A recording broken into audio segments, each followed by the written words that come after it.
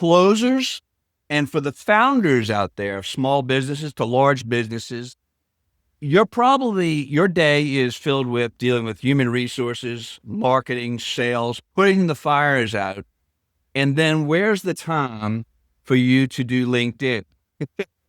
A lot of CEOs are still not on LinkedIn, and it's because they see it as a time suck when it's a time investment. But what if you could do it in 1 hour a month? I've got Matt Hunt here with the Mandy, and he's going to share how we do that in 1 hour a month. And we are also going to go through the do's and don'ts of what makes LinkedIn work for you so that you can drive more sales. Matt, I want to welcome you to Close the Deal podcast. Awesome. Thanks for having me. So you're based in Toronto, and we'll come back to that at the very end because I love Canada. But my first question to you is this: what is the most dangerous thing you see founders doing or not doing today? The most dangerous thing that they are or not doing as it relates to their business. Yes. I think the number one rule in all business is make sure that you have a way of making more revenue and sales. Sales fixes all. Yes. And we're going to unpack that because a lot of CEOs are behind the scenes, and that's the old school way. And we're going to talk about putting people out front. And I've watched people, peers of mine over the past 3 years, just grow their presence through LinkedIn and drive a lot of sales through LinkedIn. Yep. So one more personal question. Who or what are you grateful for that helped you get you where you're going today? Where do I stop? I stand on so many people's shoulders.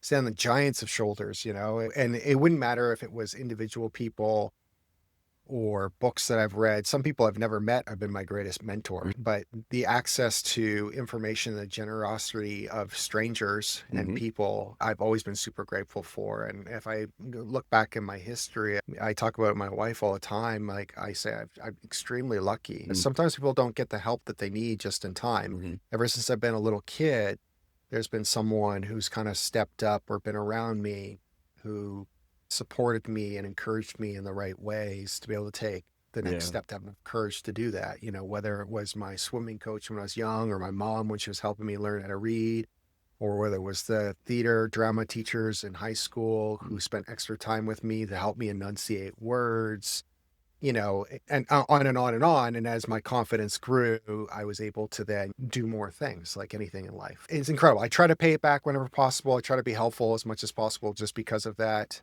I have that abundance mindset because of that. And without all that support over the years, I don't know if I'd have it, because I meet people who don't and didn't get it.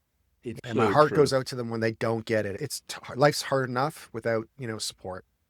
That is so true. And I grew up, my family was a dentist. My dad was a dentist, my mom, and they were not in the business world. And there's definitely a language that goes with the business world. The first time I heard someone speak motivational presentation, speaking about a book, it opened my mind, and that was the beginning of a great journey. What was your gateway drug into, this? What was it what was the first thing you consumed or saw that triggered you into better mindset or business or entrepreneurship or something like that? That's easy.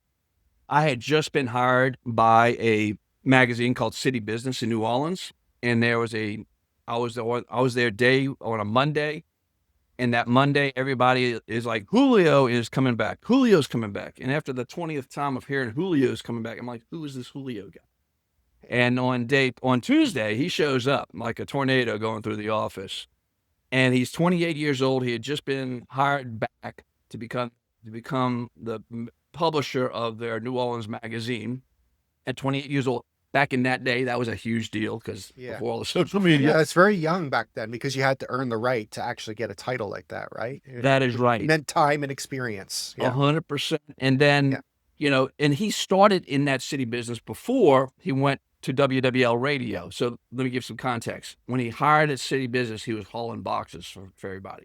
He bugged the owner enough to the point he became the best sales guy, went to WWL radio, become the number one sales radio rep in the whole, for the 100-year history of the company. It's a powerhouse radio station across the entire Gulf Coast.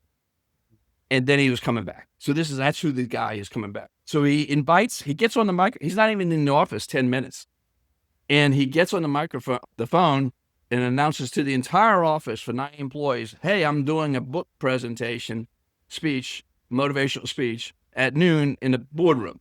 And he gave a presentation on his book, Do You Have Time for Success? And I walked away from that for the next 2 days. I'm like, what the hell just happened to me? Because it was a whole new language I had not heard growing up. And that was the beginning of it. It was a 1-2 punch, him and then my wife. And she asked me, because I was struggling early in my career, trying to figure out which direction. And she asked me a simple question. She said, what do you love to do? And I became very intentional on that. And here we are today with her and myself. I had another really interesting tip that I had heard from, I can't remember where it was recently, but they were talking about coaching people, particularly young people. And the question they use and move forward was, how do you want to be seen? And I thought that was really good. And he's paused, because if people just think about, like, how do you want to be seen? And the second question was, well, what actions are you taking to be seen that way, known that way? And I thought, what a smart question. What a good 2 questions to ask a young person to think about. Because sometimes we don't think about that. We just behave. And that's a great question. How we're showing up. To be seen is to what's on the outside, but what's rooted on the inside to give that. That's right. How do you want to be perceived? How do you want to be seen? How do you want to be remembered, after you leave a room? I think those are good questions to have. And then the follow-up is like, well, what actions are you taking to ensure that happens? Mm-hmm. It makes you rethink, right, about your reputation. And that matters. It does, yeah. Because when I started this podcast, I had not seen that guy I mentioned in 25 years. But I reached out to him to be the very first guest for this reason. Interesting. Yes. Obviously, a big impact on your life, right? Oh, no question. It put me on a course of always being hungry, understand more about sales, marketing, and promotions, which is my thing, is really marketing, my biggest strength for sure. But you just brought up a great question, which is a great segue to people see LinkedIn as just, in the beginning, it was get your resume on there, but now people are understanding the value of it, of being seen. But it's more than being seen, it's what you're producing. Let's unpack a little bit about what you do, and then we can go into that a little bit.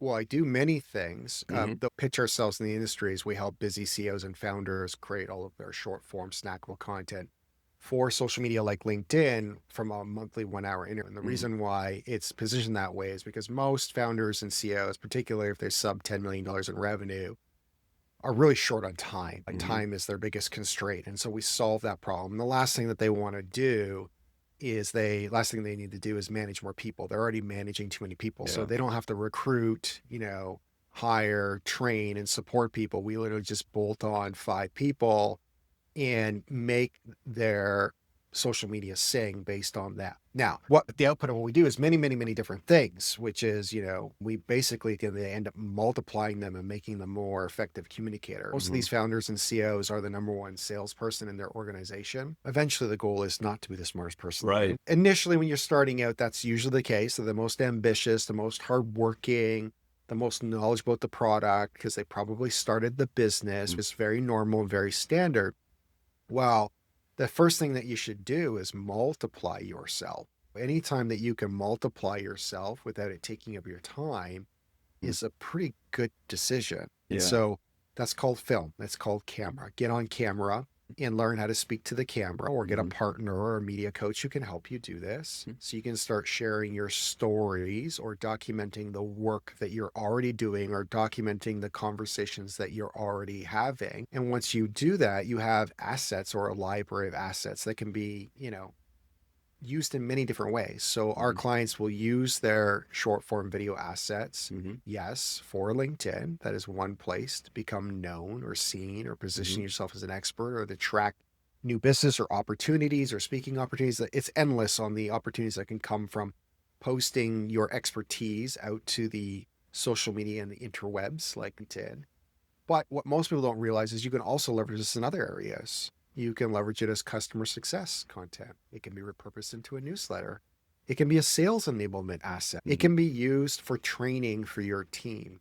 And once we work with our clients, we show them how to stretch this much further, they do start using that. Our team actually does this. I was just recording a video this morning with a few team members who work directly with clients, and they have about 10 to 12 clients. And we practice their verbal brand and create content and make time for them to make content. And then we were strategizing on how to put it in their content library so that they could release the content not only on LinkedIn, but more importantly for the customers just in time. So there's different messages that you need at different times. And so it becomes a nice customer success touch point, or a nice way of being able to re-educate your customers in the right way. And so just getting into the practice and the drumbeat of creating content and understanding how you're going to leverage this inside and outside of your business is sort of the first step of finding leverage. Sure. And leverage is the key word. Let Yeah. me jump in here for a second. What should they go for? I know the answer to this. I've done both. Personal page or they're probably thinking corporate page or business page on LinkedIn. Corporate page or personal page? Well, it's not one or the other. It's personal and company page. So it's not LinkedIn or Instagram. LinkedIn and Instagram. It's not inbound versus outbound. It's inbound plus outbound. It's not events versus content. It's events and content. And you need all of it, because if it's not stitched together, it doesn't work. Let me give you a couple of very specific examples. We know this intuitively. Sometimes we overcomplicate it, or we let other consultants and other things create noise that makes it hard to make a decision or understand it. It's not people's fault for doing that. But if we just step back for a minute, if you're doing event marketing and it's working for you, well, it will probably work better for you if people can see your content before, during, and after. Or it would work better if you had salt and peppering, positioning yourself with little micro TED Talks in between. Right? Same thing if you do cold outreach. Well, wouldn't cold outreach work better if they saw content of you before, during, and after? Because cold email works, but if they've never heard of you and you're a stranger, it doesn't work very well. Same thing with cold calling, right? So it doesn't really matter what it's now. The company page and the profile that we come full circle back what you asked about, it's both.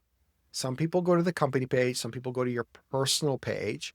Both need to be there. Now you can double tap if you start with your personal brand, right? Because you can post it there and then we can repost it on the company page. And the only tweak you need to make is how the caption is written. So the caption for your personal brand will be written in first person. The caption for your company brand will be written in third person. Here's a video of our CEO talking about this. On your page, you'll be like, I had this experience and this is how I deal with it. Watch the video below. A very minor tweak, but it can be repurposed. Now, a company page and a personal page have slightly different agendas too. Your company page is about your entire company. The personal page is just about you. Are you doing both for them? Are you working on both pages for them, or do you all focus on the personal page?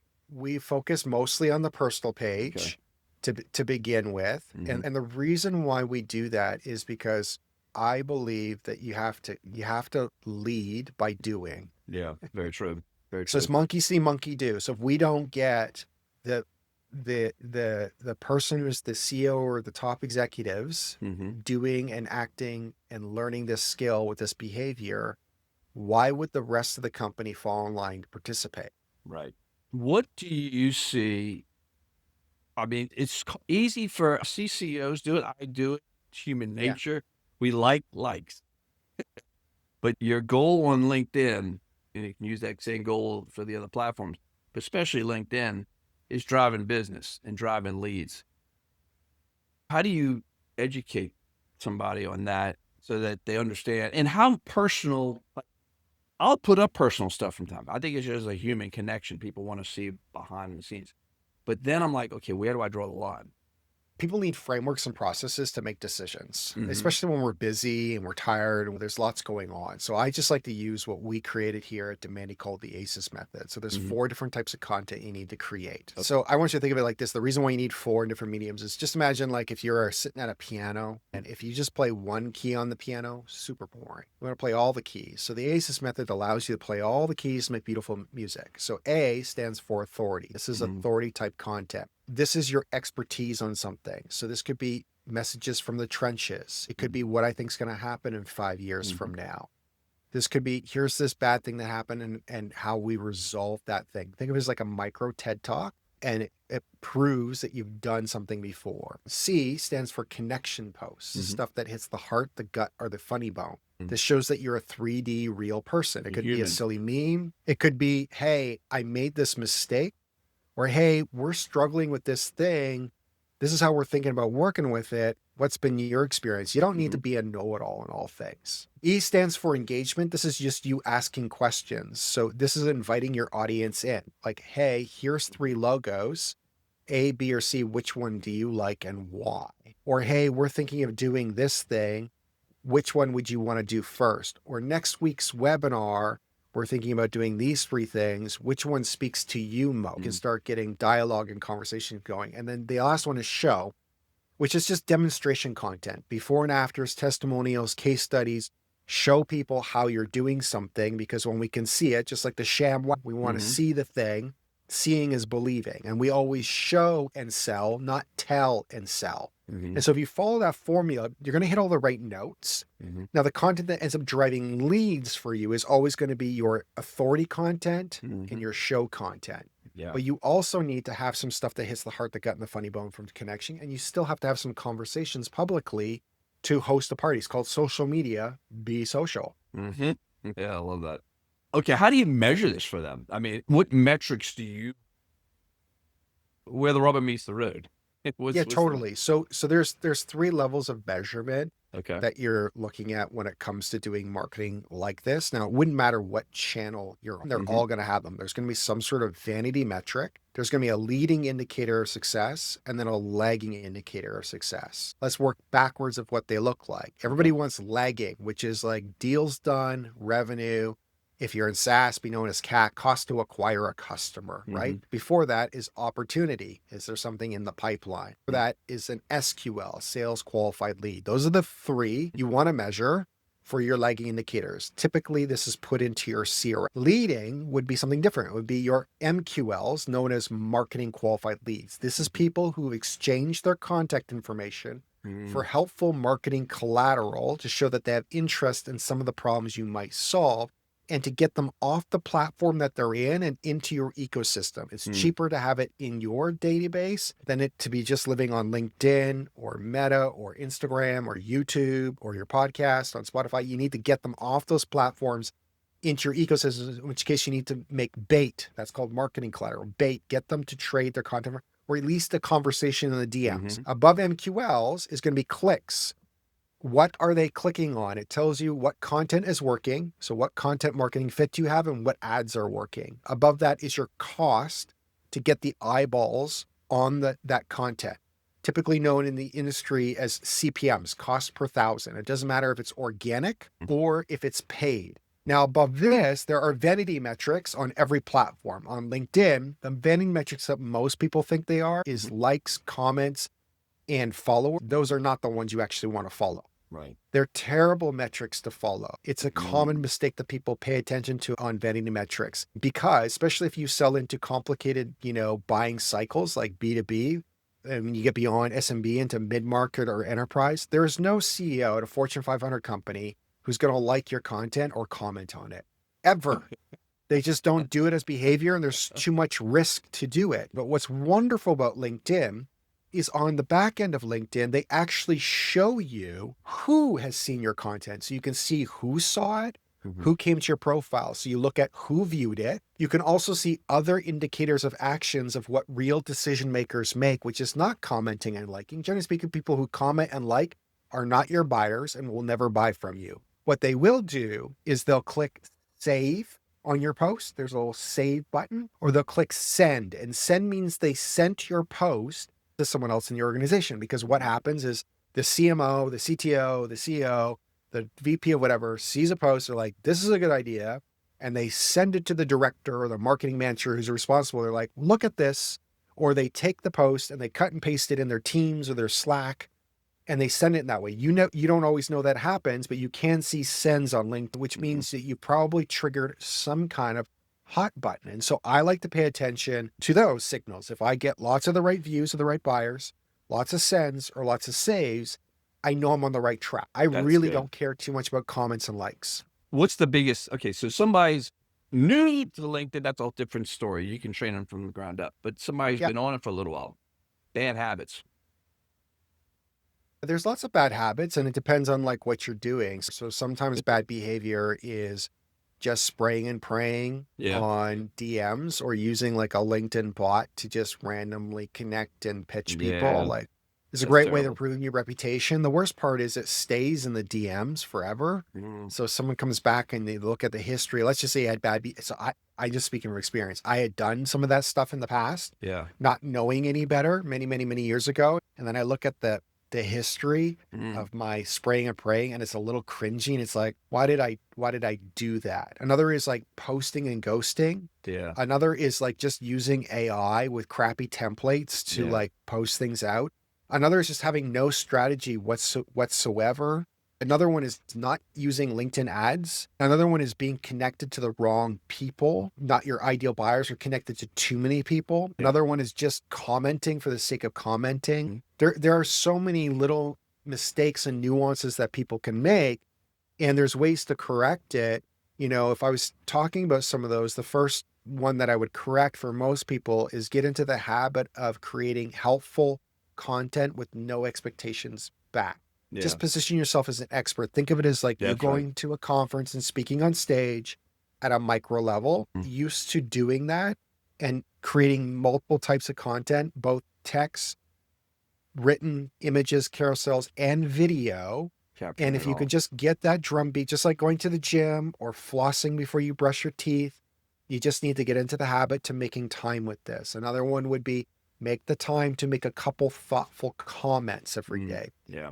Commenting is content. Now, it's not Mhm. like great post. It's like, yes, compliment, then, you know, add some additional insights or context to what you're witnessing and seeing and end it with asking a question. And if you do that, you'll start a conversation and people will read those comments. A lot of times, if you do this on a brand that's bigger than yours, you can do what's called barnacle marketing. It's like a barnacle on a fish, right? Mhm. You know, on the Mhm. whale. Well, That's a there's a new thing. whale. That's a new There's a term for me. whale. Barnacle. I Yeah, get it. there's a whale. You use a little fish and you come in the comment. Yeah. Sometimes you can get 20,000, 50,000, 100,000 impressions on your comment. It can lead to DMs. And the second thing is you do have to DM, but you have to read the signals right. And the DMing is not to pitch. The DMing is to start a conversation Yeah. or to ladder them to one of your marketing funnels, which should be an event, community, or ego bait. So for example, this would be a form of like ego bait and content. You're killing two birds with one stone. Does that Love make it. sense? Yeah, it makes perfect sense. I love Yeah. that. What's the first thing you tell someone who's onboarding with you to do outside of the interview? What's the first thing you're telling them to do?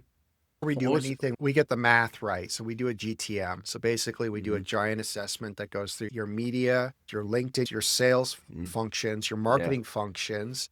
When we come back to the actual strategy and the content strategy, we look at the math to make sure Mhm. the math is there and that we can make it make sense. And then we also look at the business stage that you're at, as well as your skill set as that person in that role or entrepreneur. Mhm. There are many people who start businesses.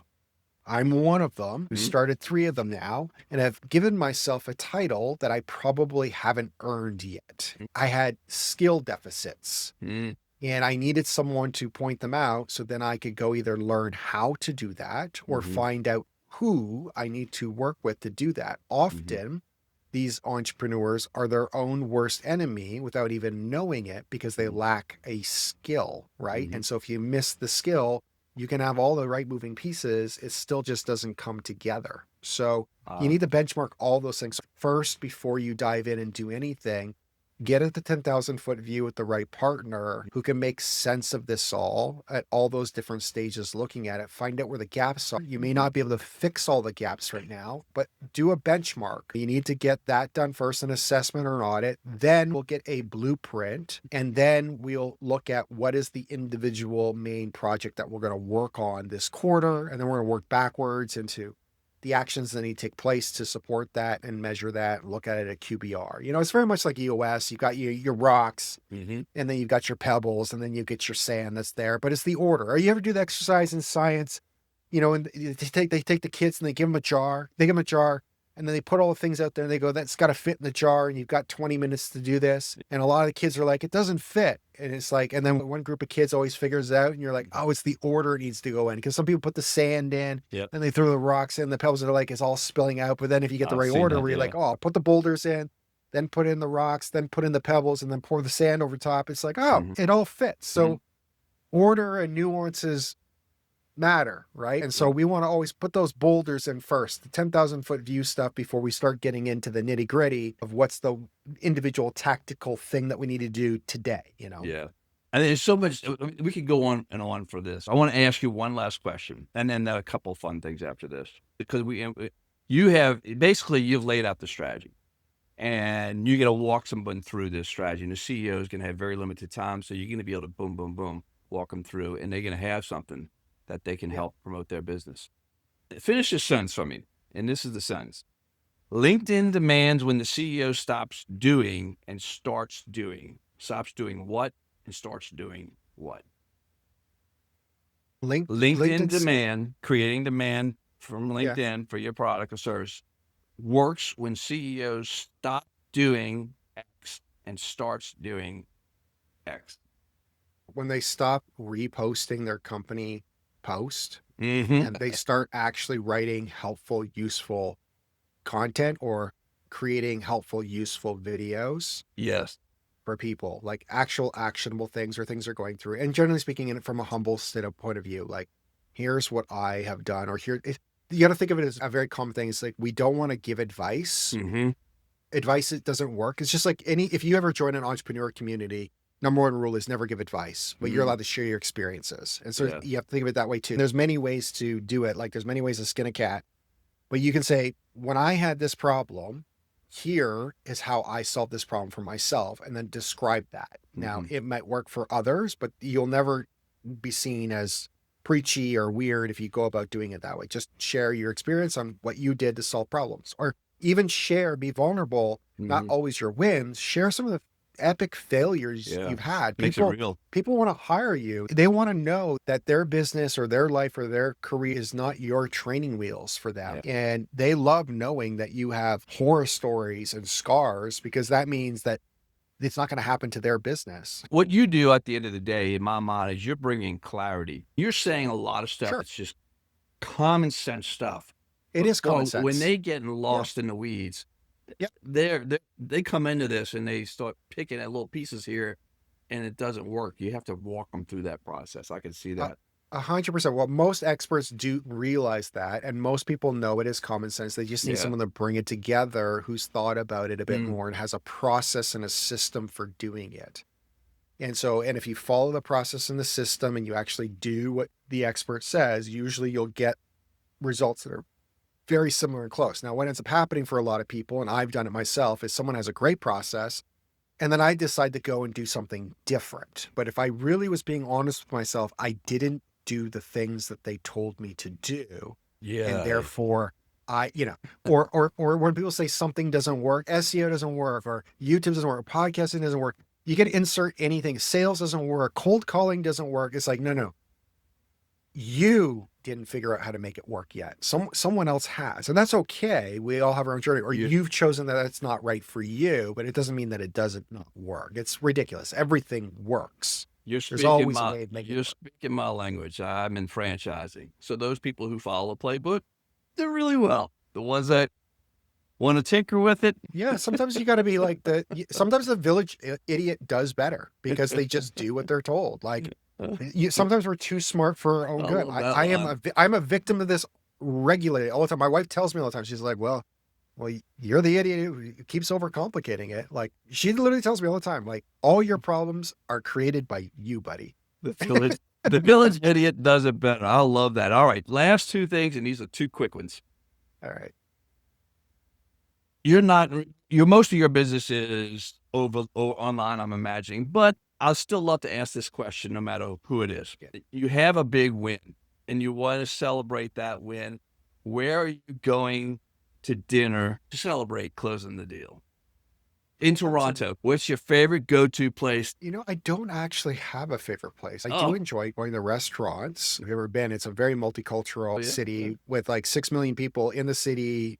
18 million in the greater lower southern Ontario area. So there's no shortage of amazing places to go. I probably would actually just prefer to celebrate it at my house, cooking a little bit of barbecue I love it. and having a few people over and a few beers. That's That's very very personal. chill to me. Or I would just like, honestly, sometimes like a good old food truck or a little Mexican food and then hitting the pub. Like I'm simple. I I'm love kind of a it. simple guy that way. I don't need to spend a gazillion dollars on some fancy dinner. That works. Everybody's got a different answer to it. I'm in New Orleans. We love food, so we celebrate food, celebrate Yeah, life. some seafood. That sounds great. I would Yeah. love to come down there and have some seafood. That was a former life of mine, promoting the seafood industry for Louisiana. So yes, you speaking my language.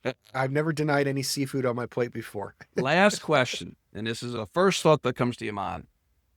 You're looking at yourself today and you go back in time when you were getting started. What's the one piece of guidance you'd tell yourself starting out in business?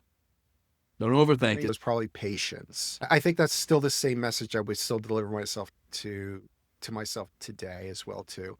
Maybe the second one that comes to mind is it's a marathon, not a race. That's patience.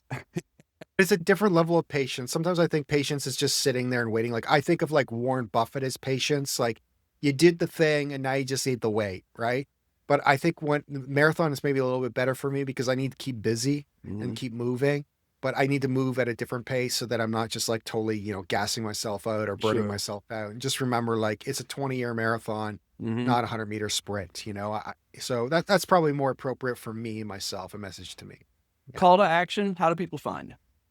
You can go to demandy.com. So it's demand and then ends with II. So DEMANDII.com. Or you can find me on LinkedIn, Matthew Hunt on LinkedIn. If you would just put Matthew Hunt and Demandy on LinkedIn, those are the two places you're really going to find me. You might find me on the interwebs because I show up on podcasts like this and other YouTube channels. But outside of that, that's the only marketing that I'm doing right now on purpose, just to be a little bit focused and to make my life a little simpler. Well, Matt, I appreciate you being on the show. This has been fantastic. And I will have your contact information on a page just for you. And thank you. I appreciate it. Great insights. Awesome. Thank you. And that is a wrap with Matt. He just laid out a framework for any business owner, anybody, any professional. A lot of the things he talked about can be applied to sales professionals or marketing professionals as well. But the founder definitely needs to be out there. I'm on LinkedIn on a regular basis.